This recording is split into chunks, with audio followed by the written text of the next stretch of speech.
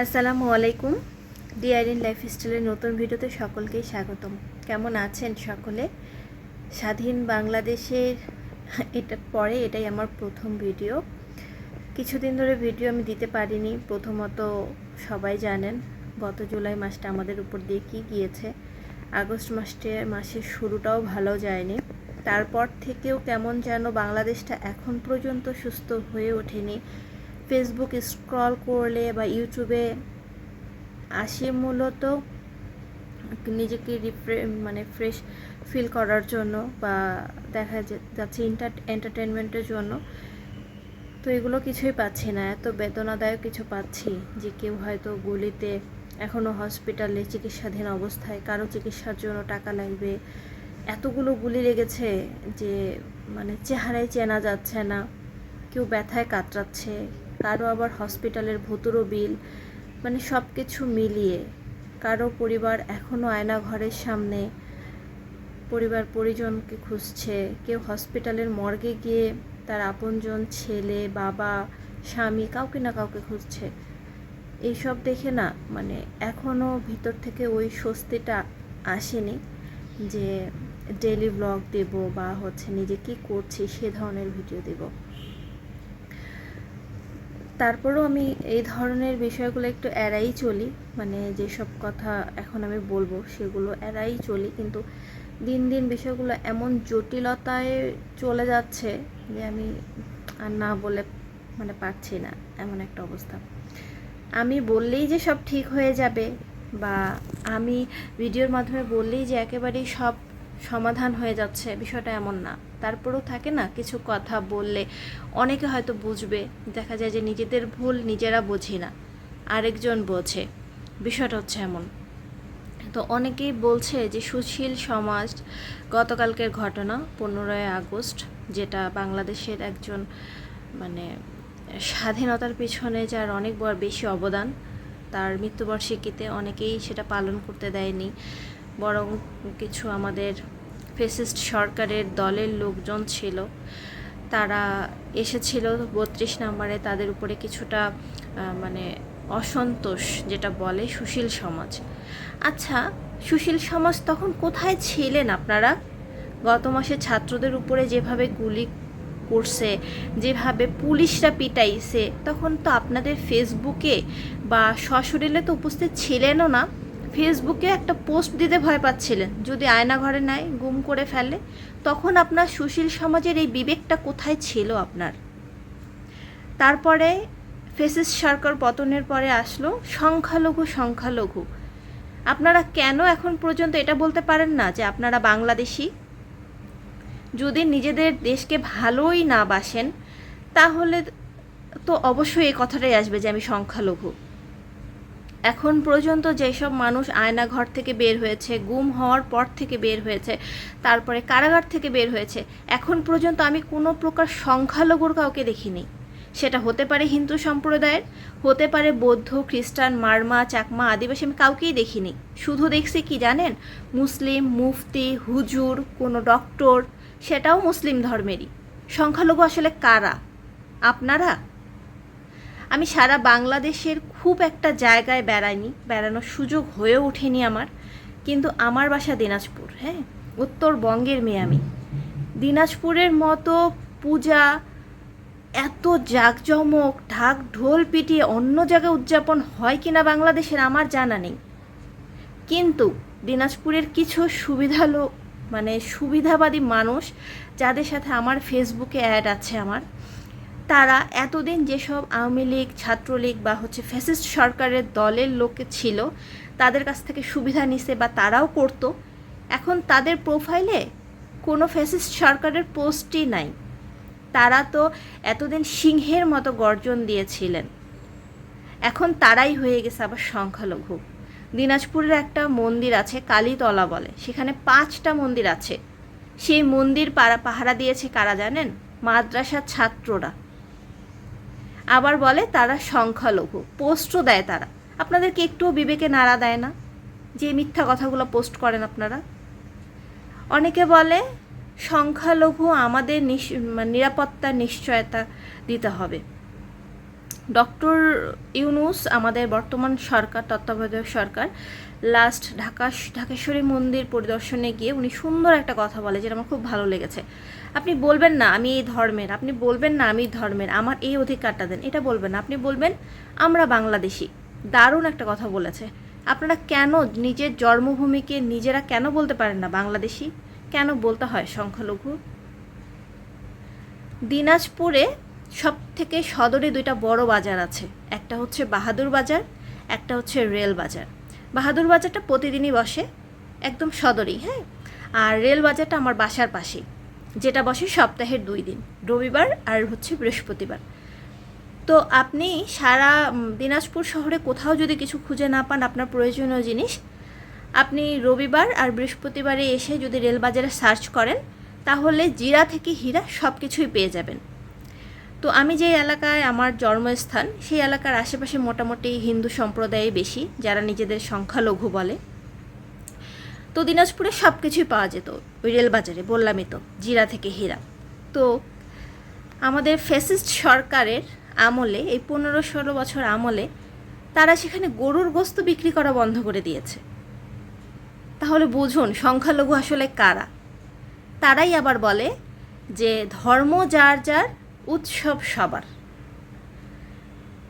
মানে তারা আপনাকে তো কেউ গরুর গোস্ত রান্না করে জোর করে বাসায় এনে 1 লোকমা খাওয়াই দিয়ে বলেনি খেয়ে দেখেন, তাই না?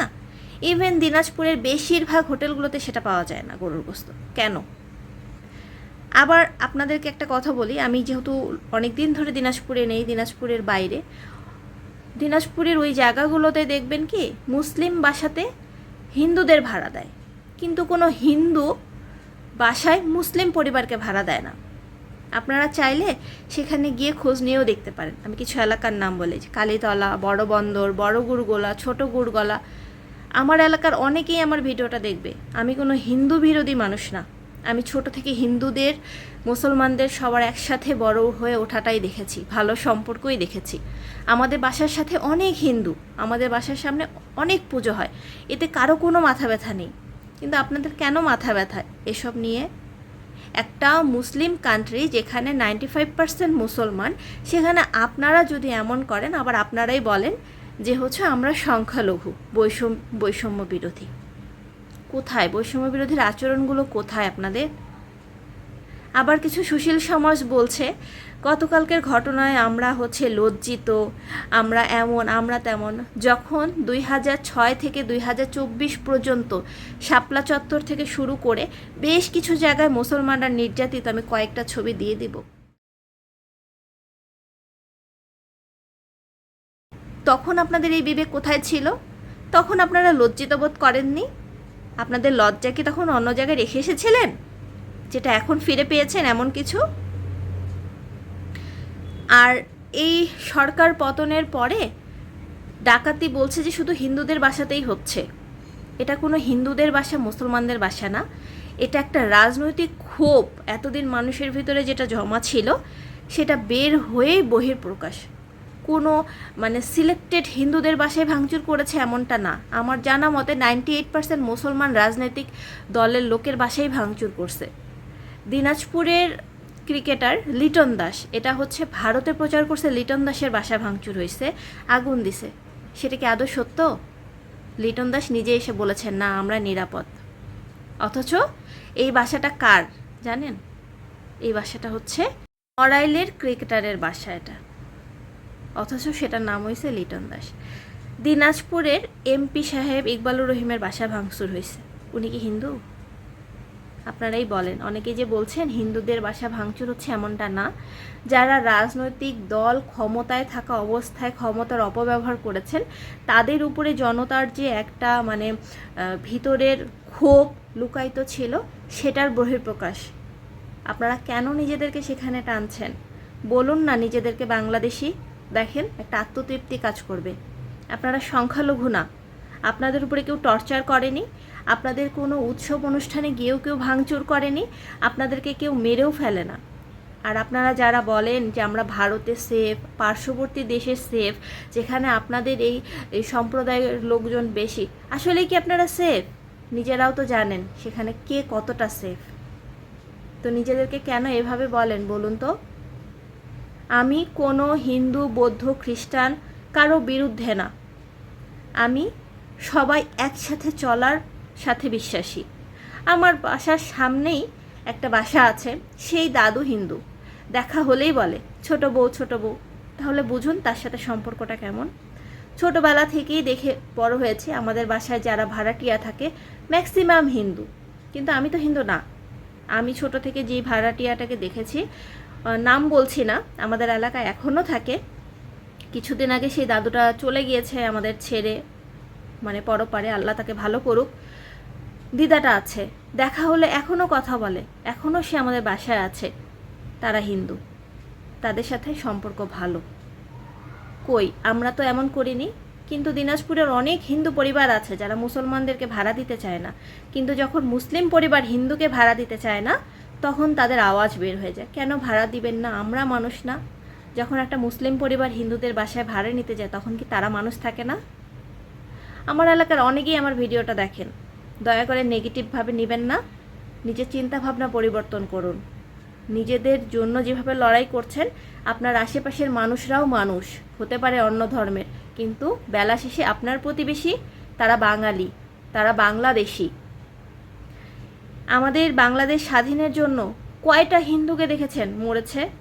কয়টা হিন্দুর উপরে দেখেছেন বুলেট ছুঁড়েছে? ম্যাক্সিমাম মুসলমান, ম্যাক্সিমাম। কিন্তু হিন্দুরা যে আসেনি, হিন্দু ছাত্রছাত্রী যে আসেনি, আমি সেটা বলিনি। সবাই এসেছে, সবাই এসেছে। আল্লাহ যাকে ওই মুহূর্তে নিবে, যার মানে অতটুকুই আয়ু ছিল, সেই চলে গিয়েছে। আমার কথাগুলো বারবার বলছি, আমি কিন্তু কোনো সম্প্রদায়ের বিরুদ্ধে না। আমি সব সম্প্রদায় একসাথে নিয়ে চলার মতো মন মানসিকতা রাখি। সবার ঊর্ধ্বে আমরা বাংলাদেশি, সবার ঊর্ধ্বে। এটা না সে হিন্দু, সে বৌদ্ধ, সে খ্রিস্টান, সে আদিবাসী, মারমা, চাকমা, এমনটা না। আমার ছোটোবেলার যেখানে হাতে খড়ি, সেই স্কুলটাই ছিল খ্রিস্টানের। আমার আশেপাশে আমার যেসব বন্ধু বান্ধব, স্কুল, কলেজ, ভার্সিটি, অনেকেই হিন্দু আছে। আমার কোনো সমস্যা নেই, তাদেরও সমস্যা নেই। কিন্তু কিছু কিছু হিন্দু মানুষের মেন্টালিটি এমন যে তারা সংখ্যালঘু। আপনাদের মন মানসিকতায় আপনাদেরকে সংখ্যালঘু করে লিখেছে। আপনারা সংখ্যালঘু না। এই চিন্তাধারা থেকে বেরিয়ে আসুন, দেখবেন তখন নিজেকে বাংলাদেশ হিসেবে মনে হবে, সংখ্যালঘু না। ভালো থাকবেন। আর আমি এসব কথা বলতেও বিশ্বাসী না, এসব কথা আমি বলতেও চাই না, কিন্তু আজকে কিছু সুশীল সমাজের কিছু কথাবার্তা শুনে আমার মোটেও ভালো লাগেনি, এই জন্য এই কথাগুলো বলা। ভালো থাকবেন, সুস্থ থাকবেন। আমরা সবাই মানুষ, সবার ঊর্ধ্বে আমরা মানুষ, সবার ঊর্ধ্বে আমরা বাংলাদেশি। এই চিন্তা ভাবনাটা মাথায় রাখুন। ভালো থাকবেন। আল্লাহ হাফিজ।